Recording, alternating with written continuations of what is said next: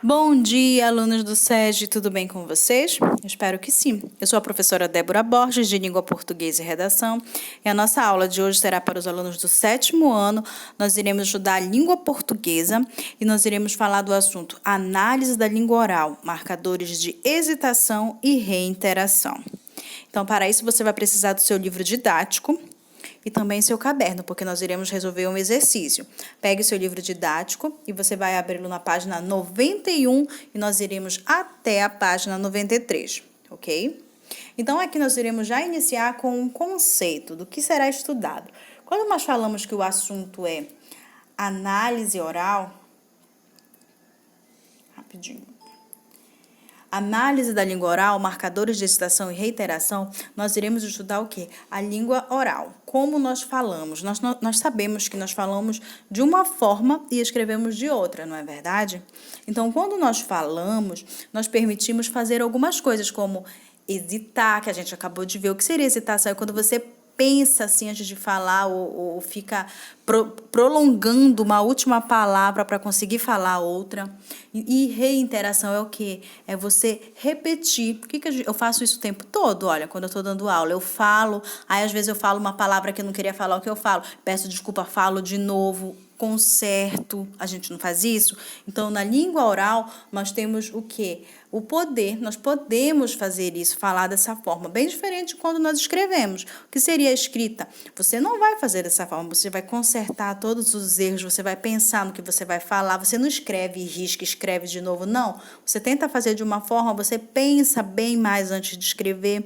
Então, nós fazemos isso como? Primeiro, nós pensamos para depois escrever. Então, é como se existisse mais um tempo, mas a língua oral não. Ela pede de você que você fale como no momento da fala ou agora. Então, é dessa forma que nós produzimos. Como é que nós produzimos um texto? Como nós produzimos uma fala? Nós pensamos e já vamos o quê? Falando. Aí, quando nós falamos, não era isso que eu queria falar, a gente volta e conserta. Então, para isso, nós vamos estudar um assunto que é decupagem. O que seria essa decupagem, gente? Chamamos de decupagem a técnica de divisão e análise e escrita de textos orais, utilizada principalmente no cinema, na TV, para posterior organização. Deixa eu falar com outras palavras o que está escrito aqui. Nós vamos estudar decupagem, é quando você escreve o que uma pessoa acabou de falar, mas você vai escrever da forma que ela falou. Se ela repetiu uma palavra, você vai escrever. Se ela errou alguma coisinha e consertou, você vai escrever. No momento que a gente pensa assim, esse momento que você fica falando, para que você faz isso? Para pensar, você está pensando em algo que você vai pronunciar. Então, isso seria a decupagem, essa técnica que você pega o que a pessoa está falando e transcreve, colocando todas as pausas, a hesitação, a reiteração, que é essa repetição do que ela falou. Às vezes a gente repete uma palavra, certo? Então, para isso, nós vamos ler um texto e esse texto vai mostrar para a gente como seria essa decupagem. Você vai ter um ambiente em que tem um entrevistado, um entrevistador, você vai ter alguém que é como se fosse um locutor, fosse uma entrevista numa rádio, em que tem uma pessoa que está entrevistando a outra. Ela tem um papel na mão para fazer umas apresentações e, nesse momento, não tem problema. Ela está falando o que está escrito, mas depois se torna uma linguagem mais natural. Então, nesse momento, você vai encontrar essas palavras que são da oralidade, que são essa hesitação, essa reiteração, essas pausas, certo? Então, vamos iniciar o texto. Então, vamos lá. O texto seguinte é um trecho de uma decupagem de um programa de rádio. Leia com atenção. Rádio CBN, que é Centro Brasileiro Nacional de Notícias, em São Paulo. Programa decupado. O que é decupado, gente? Foi reescrito, né? Escreveram tudo que foi falado nessa entrevista. Dia 2/9/2002. Horário, trecho compreendido entre 22h38 a 22h49. 10 minutos, não foi? Chave de transcrição. L1. Toda vez que você encontrar esse L1, é o primeiro locutor, ou seja, a primeira pessoa que está falando. O L2 é quem? O segundo locutor. O E maiúsculo é o entrevistador, o E minúsculo é o entrevistado. Uma barra é uma pausa breve, ou seja, a pessoa parou um pouquinho, mas falou logo em seguida. Essa pausa, 3 pontinhos e outra barra, é uma pausa longa. Alguém ficou alguns segundos sem falar e depois que ela falou. Então, é uma pausa um pouquinho mais longa. Quando você encontrar negrito, que é negrito? As letras mais escuras. Insistência ou prolongamento da sílaba sublinhado. Sobreposição de voz. Então, é quando alguém fala por cima do outro, ou é quando a pessoa prolonga uma letra. Isso vai estar em negrito. Só encontrei uma vez aqui ou duas. A gente vai ver o que é. Certo? Então, nós encontramos aí também, olha, uma barra e esses pontinhos aí, que é um trecho incompreensível. Ou seja, a pessoa não conseguiu transcrever o que a outra falou porque ela não entendeu. L1, CBN Serviço, vinheta. L2, então alguém já está falando agora. L2, proprietário de veículos com placa final 7 tem até o final de setembro para fazer o licenciamento. Aí, olha, uma pausa maior. A regulamentação pode ser feita no banco, que vai informar os débitos do veículo, nas agências da nossa Caixa, nossos bancos da cidade. Assim, deixa eu passar. Tá aí o L2, gente, leiam comigo. Banco Cidade, posto no Shopping Center Norte, Morumbi, Shopping Center Lapa, além das unidades Sé, Itaquera e Santo Amaro, do Poupa Tempo. O calendário prossegue durante todo o ano até dezembro, quando serão licenciados os veículos com placa final 0. Mais informações você obtém no site www.poupatempo.sp.br. A pessoa dá mais uma pausa prolongada e www.poupatempo.sp.gov.br ou pelo telefone, ela fala os telefones aí. A informação é de Fabiana Boa Sorte. O telefone atual do Poupa Tempo é 0800 77 36 33. Então, aí as pessoas falaram, mais uma pessoa pronunciou, não foi? Então, gente, olha só, vocês já conseguem notar aqui só as pausas, não tem muita hesitação ou reiteração, ela não corrige, não. Por quê? Porque esse é o momento em que ela está lendo, a pessoa está lendo, então não tem muitos erros, não tem essas ocorrências que nós encontramos na fala, não exatamente erros, ok? Vamos continuar. Lá em cima, L1, CBN, ligado em você, vinheta. 10h41, vinheta. CBN, noite total, propaganda, cultura. Tá aí, vai começar o primeiro. O arquiteto do cenógrafo José Carlos Serrone está lançando pela editora Senac Teatros Memórias do Espaço Cênico do Brasil. Serrone estudou os 88 teatros mais importantes do país e traz a conclusão desses estudos desse livro. Aí ela dá uma pausa, olha. E é com o arquiteto e cenógrafo José Carlos Serrone com quem eu converso agora no CBN Noite Total. Boa noite, Serrone. Então, pronto. Aí era a locutora número 1, a que faz a pergunta, né? A entrevistadora. Aí, olha, o entrevistado responde, boa noite. Você está me ouvindo bem? Ele, tô. Ó, tá em negrito, quer dizer que ele falou como? Hesitando, falou um pouco... Aí ela começa, eu que estou ouvindo você um pouquinho longe, eu estou aumentando. Aí ele fala, tá, vou falar mais alto. O meu retorno agora, Serrone, quantos teatros tem no Brasil? Olha, aí ele dá uma pausa. Tem bem mais de 1.000, né? Nós levantamos 1.100 teatros. 1.100 é teatro que tem teatro mesmo. No teatro do colégio, não é?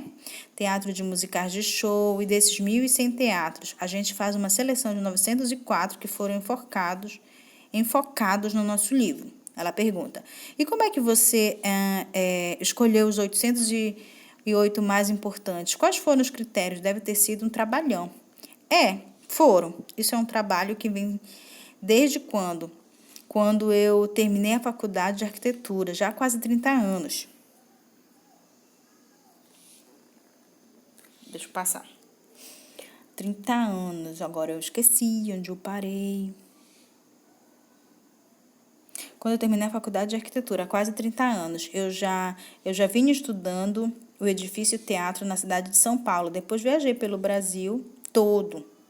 E tenho tido, assim, esse contato com o tempo, com esses teatros todos. E a critério, claro, do primeiro era que cada estado tivesse representado pelo menos um teatro do livro. Ela fala, não sei como é que ela fala, se ela fala ou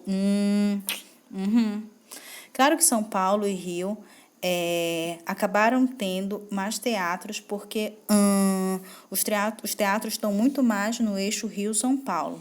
Sim, sem dúvida. Mas assim, foram vários critérios, a importância arquitetônica, a importância do edifício teatro da cidade, a importância histórica, às vezes a importância como conteúdo teatral mesmo, não é? Teatro que estejam assim, que estejam em funcionamento, estejam em atividades permanentes. Aí ela fala agora. Agora, Serrone, qual teatro ou teatros você destacaria se nós considerássemos apenas questões da arquitetura? Olha, são várias arquiteturas do século passado e arquiteturas. Aí ela fala,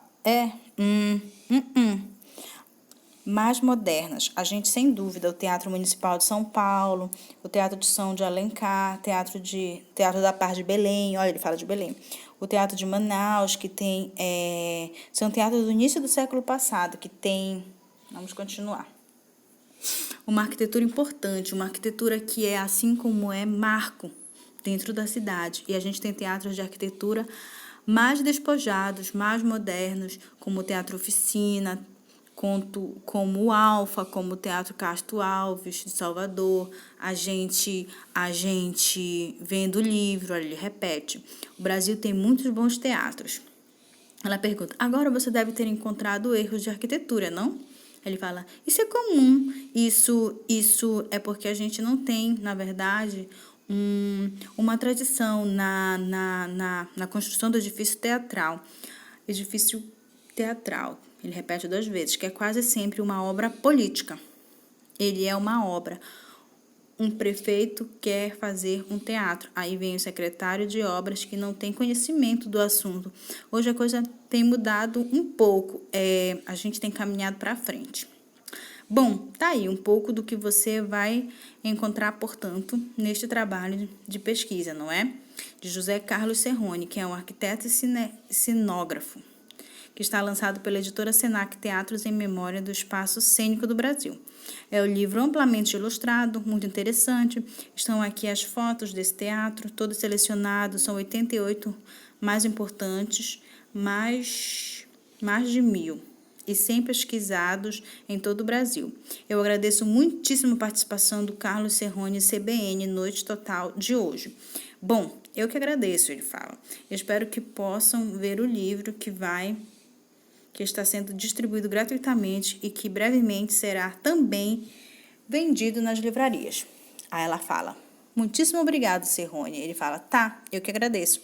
Obrigado, boa noite. Boa noite. Faltam 10 minutos para as 11. Nós voltamos já, vinheta. Então, acabou o programa, ela entrevistou essa pessoa. Você conseguiu notar? Eu não falei todas as pausas, mas vocês que leram comigo, vocês viram que tem muitas pausas prolongadas. Mostra a forma exata que ele falou, não corrigiu nada, deixou tudo como ele falou, as pausas, os erros, as repetições de palavras, o momento que ele para ficar pensando no que ele vai falar, o momento que ele conserta o que ele falou. Então, isso seria uma decupagem. Vocês entenderam, né? Nós só viemos passar essa informação para vocês e vamos resolver um exercício falando sobre isso. O exercício está aqui. Então, nessa decupagem, é possível distinguir 2 partes, uma em que o locutor lê um texto escrito, o roteiro, e outra que os locutores falam espontaneamente.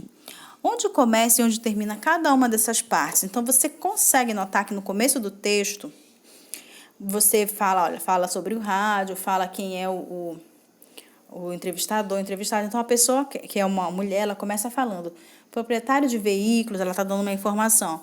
Então, você consegue notar que não tem hesitação, não tem reiteração, não tem muitas pausas, porque ela começa a falar sobre placa de carro, lembra? Só que ela está lendo. Quando você lê, você não faz essa hesitação, porque você está lendo. E ela é acostumada a fazer isso, então ela não vai errar o que ela está lendo. Então, nesse momento aqui, não tem essas pausas. Então, ele está perguntando para vocês qual é essa parte em que não tem essas pausas e onde tem. Então, você vai dizer que o início do texto até a parte do Boa Noite, Serrone, que é na segunda página, na 92. Olha, tem uma parte grande, é nesse momento que você vai encontrar a parte em que não tem ainda hesitação. Não tem nenhuma... não tem nenhum erro, não tem uma espontaneidade, isso que ela está falando, espontaneamente. Então, você vai encontrar o início do texto que não tem essa espontaneidade. E a partir dele em diante, tá aí, essas são as duas partes que estão divididas, gente. A primeira em que ela está lendo e na segunda que já são falas o quê? Mais naturais, ok? Então, essa seria a resposta, do início do texto até Boa Noite, Serrone, na página 92. Letra B. Que elementos típicos da oralidade aparecem na segunda parte da decupagem? Gente, típicos da oralidade, o que você vai encontrar? Seria o quê? As pausas, quando ele está falando, pausas longas e pausas curtas. E o quê? A hesitação. O que é hesitação, gente? Quando você para, faz esse... para pensar. Então, seria as pausas e hesitações, ok? Letra C. Em sua opinião, por que há tantas pausas na língua oral? Gente, por que nós pausamos tanto para falar? Porque nós estamos formulando primeiro, nosso cérebro está trabalhando, formulando o que nós iremos falar e depois nós falamos. Então, é por isso que são as pausas, porque a gente fala e pensa. A gente não tem esse tempo maior que nós temos para escrever, que você apaga, você conserta. Quando alguém lê, ela já lê perfeito, tudo que você queria dizer, não é? Na fala, não. Você vai elaborando na hora, no momento da fala, você vai elaborando, pensando e falando. Então, é por isso que tem tantas pausas, porque é o momento que você está formulando as perguntas, ok? Ou a informação que você vai falar. Vamos ler o que está escrito aqui, gente. Uma das grandes diferenças entre a língua oral e a língua escrita é que a primeira ocorre em tempo real, foi o que eu acabei de falar. A fala é no tempo real, ou seja, a fala acompanha o fluxo do pensamento. Então, você pensa e fala, pensa e fala. O interlocutor presencia o processo de produção do texto oral com a retomada de pensamentos, o que explica a presença de tantas marcas de hesitação na transcrição da língua oral. Então, quando você transcreve, faz a decupagem, você transcreve, você consegue ver essa hesitação. Quando escrevemos, também pensamos, hesitamos, retornamos o pensamento em outras perspectivas. Muitas vezes corrigimos a grafia, foi o que eu falei para você apaga, se você não acha. É a construção das frases em parte ou totalmente. Reescrevemos e o texto escrito só é entregue ao nosso interlocutor depois de pronto, acabado, de modo que o leitor não presencie o processo de elaboração do pensamento. Então, quando você escreve, a pessoa não viu como você elaborou esse texto, quantas vezes você consertou, quantas vezes você pensou e colocou outra coisa. Não, mas na fala ele nota, porque nós estamos falando naquele momento nós falamos, consertamos, voltamos, então a pessoa consegue ver o processo de criação da fala. Vamos para a segunda questão. Identifique na decupagem as marcas de hesitação. Então, o que você vai notar? Ele fala muito o que é o A com H, gente. O A primeiro, o H depois, o E. Você encontra muito isso também. Longas pausas, que é a barra, 3 pontinhos, barra, tá bom? E também o quê? A hesitação. Então, você vai encontrar esse a pausa e a hesitação. São esses 4 elementos que você encontra muito, tá bom? Localize na segunda parte da decupagem algumas palavras e expressões que se repetem e registre no caderno. Então, você vai encontrar muito ele falando o tô, o é com H, o é e H. Ao invés de falar é, ele fala e, ele coloca o H. Que a interlocutora, ela mostra que está ouvindo o que ele está falando. Então, para ele saber que ela está ouvindo, ela fica A gente não faz isso o tempo todo? Pois é. Então, seria o tô, o E é isso, gente. Espero que vocês tenham entendido o assunto da aula, que é decupagem, que é essa escrita da fala oral. Façam essas atividades, coloquem a data, certo? Coloquem no caderno de vocês, resolvam tudo. E o mesmo de sempre, gente. Fiquem em casa, usem máscara se vocês forem sair, usem álcool em gel e até mais, gente. Tchau!